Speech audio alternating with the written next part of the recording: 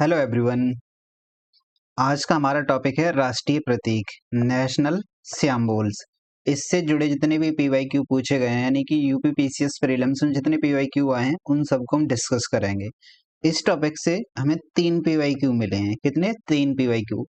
तो हमें ये करना चाहिए, इसमें सबसे पहले हम इस टॉपिक को ही पढ़ लें, क्योंकि अगर कोई भी नेक्स्ट पीवाईक्यू बने तो हम कर ले जाएं। 3 पीवाईक्यू तो जल्दी हो जाएंगे ना। तो चलिए आज हम इस टॉपिक को पहले समझ लेते हैं। एक बार पीवाईक्यू देखना चाहो तो देख लो। ऐसे करके 3 पीवाईक्यू हैं जिन्हें हम बाद में डिस्कस करेंगे, लेकिन पहले हम इस टॉपिक को डिस्कस करते हैं। तो चलिए सबसे पहले राष्ट्रीय ध्वज नेशनल फ्लैग इसको समझते हैं। डिजाइन यानी इसकी किसने की थी? तो पिंगली वेंकैया ने की थी। कब अंगीकृत संविधान सभा ने इसे कब अपनाया था? 22 जुलाई 1947 को। इसकी रेशियो क्या रहती है? यानी कि 3/2, यानी लंबाई 3 की रहती है और चौड़ाई 2 की रहती है। यानी इस प्रकार 3/2, चौड़ाई कितनी रहेगी? 2 की। ऊपरी पट्टी हम जानते हैं केसरिया की होती है। देन मध्य पट्टी सफेद की होती है। इनके आप ये भी चेक करते आइए कि साहस एवं त्याग किसका संकेतक है। वीडियो पॉज करके देख लीजिए। देन निचली पट्टी हरा, जो कि समृद्धि और विकास का संकेतक होती है। इसमें नीला चक्र होता है, उसमें कितनी 24 तीलियां होती हैं। ब्लू होता है लेकिन 24 तीलियां होती हैं, याद करना है आपको। चक्र किसका संकेतक है? प्रेरणा कहाँ से ली? सारनाथ स्तंभ, जो अशोक का सिंह स्तंभ है ना, उससे ली गई थी। एक कंप्लीट। राजकीय चिन्ह पर आते हैं हम। ये वाला राजकीय चिन्ह, ठीक। देन राजकीय चिन्ह में सबसे पहले देखो, ये अशोक का स्तंभ जो सारनाथ से लिया गया था, वहीं से लिया गया था ये, ठीक है। कब अंगीकृत किया था? 26 जनवरी 1950 को। आदर्श वाक्य क्या है? सत्यमेव जयते। क्वेश्चन ये भी बनता है कि कहाँ से लिया गया था सत्यमेव जयते? तो मुंडक उपनिषद से। देन सिंह कितने इस पे? 4। हमें दिखाई कितने देते हैं? 3। इस पे यानी क्या क्या मेंशन हो सकता है आधार वाक्य पे? इस चीज पर हमें 2 दिखाई दे रहे हैं यहाँ से, लेकिन एक्चुअल में इस पे हाथी, घोड़ा, जिसे वृषभ यानी कभी कभी बैल भी बोलते हो, वो भी मेंशन है। सिंह एंड अशोक चक्र बीच में, ठीक। अगला देखो, राष्ट्रीय गान और राष्ट्रीय गीत दोनों को हम कंपैरिजंस के आधार पर पढ़ लेंगे। जनगण मन, ये क्या है? अपना राष्ट्रीय गान है। और राष्ट्रीय गीत वंदे मातरम।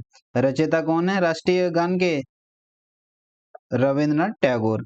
राष्ट्रीय गीत के बंकिम चंद्र चट्टोपाध्याय। देन राष्ट्रीय गान किस में है? तत्वोदनी पत्रिका में। राष्ट्रीय गीत किस में? आनंद मठ में। देन इसका प्रथम गायन 27 दिसंबर 1911 कलकत्ता अधिवेशन। इसका 1896, ये भी कलकत्ता अधिवेशन। देन इसको अंगीकार कब किया था? 24 जनवरी को। इसको 24 जनवरी को। इसमें यानी राष्ट्रीय गान में 52 सेकंड का टाइम होता है। संक्षिप्त अवधि 20 सेकंड की होती है। देन मान्यता, इसको राष्ट्रीय गान बोलते हैं। इसकी यानी कि राष्ट्रीय गीत की प्रथम 2 पद होते हैं, उनको हम राष्ट्रीय गीत की श्रेणी में डालते हैं। क्लियर? राष्ट्रीय पंचांग, इसको भी समझ लो। राष्ट्रीय पंचांग यानी कहाँ से प्रारंभ होता है? जो शक संमत होती है ना, उसी को मानते हैं। 22 मार्च 1957 से चालू हुआ था। ग्रेगोरियंस कैलेंडर है। इसका फर्स्ट वीक यानी फर्स्ट माह होता है, उसे चैत्र बोलते हैं। याद रखना है आपको, क्वेश्चन बनता है। लास्ट को क्या बोलते हैं? फागुन बोलते हैं। पहला चैत्र, लास्ट में फागुन। यानी ऐसे याद कर लो, चीर फाट, तो पहले चीर आएगा, फाट बाद में आएगा, बस याद ही तो करना है। अब आ जाइए अपने क्वेश्चन पर। अभी एक एक मिनट और रुको, थोड़े और भी बचे हैं। जैसे कि इनको देखो, अन्य प्रतीक क्या होते हैं। जैसे राष्ट्रीय पशु क्या है? टाइगर, याद करना है हमें। राष्ट्रीय पक्षी क्या है? मोर, याद करने हैं। राष्ट्रीय पुष्प कमल, याद होंगे लेकिन फिर भी एक बार रिवाइज कर लो बस। राष्ट्रीय पशु हाथी। देन राष्ट्रीय मुद्रा क्या चिन्ह है उसका? ये। राष्ट्रीय जलीय जीव कौन सी है? गंगा नदी डॉल्फिन। फल कौन सा है? आम। राष्ट्रीय वृक्ष कौन सा है? बरगद। ठीक, ऐसे याद कर लो। कुछ दिवस हैं जैसे गणतंत्र दिवस, ये रटे होंगे आपको ना। गांधी जयंती, ठीक। एक याद करना है। तो राष्ट्रीय नदी कौन सी है? गंगा। कब घोषित हुई थी? 2008 में। तो अब आ जाओ प्रश्न पर। देखो, बिल्कुल प्रश्न आसान लगेंगे आपको। पहला क्वेश्चन देखो, निम्नलिखित कथनों पर विचार कीजिए। ठीक, पहला ऑप्शन है भारत की संविधान सभा ने राष्ट्रीय ध्वज का प्रारूप 22 जुलाई 1947 को अपनाया था। करेक्ट है। अभी देखा था हमने ना, राष्ट्रीय ध्वज के बीच चक्र में 21 तीलियां होती हैं। 21 नहीं, कितनी होती हैं? 24। तो यानी दूसरा ऑप्शन गलत है। देखो, दूसरा गलत है, ये हुआ गलत, ये हुआ गलत, आंसर तो अपने आप आ गया अभी। लेकिन अभी हमें देखना है कि तीसरा ऑप्शन क्या है। राष्ट्रीय ध्वज की चौड़ाई लंबाई का अनुपात कितना है? 3/4। ये गलत है ना, हमने अभी देखा कितनी थी? 3/2 था। तो इसीलिए इसका राइट आंसर क्या होगा? Answer number B.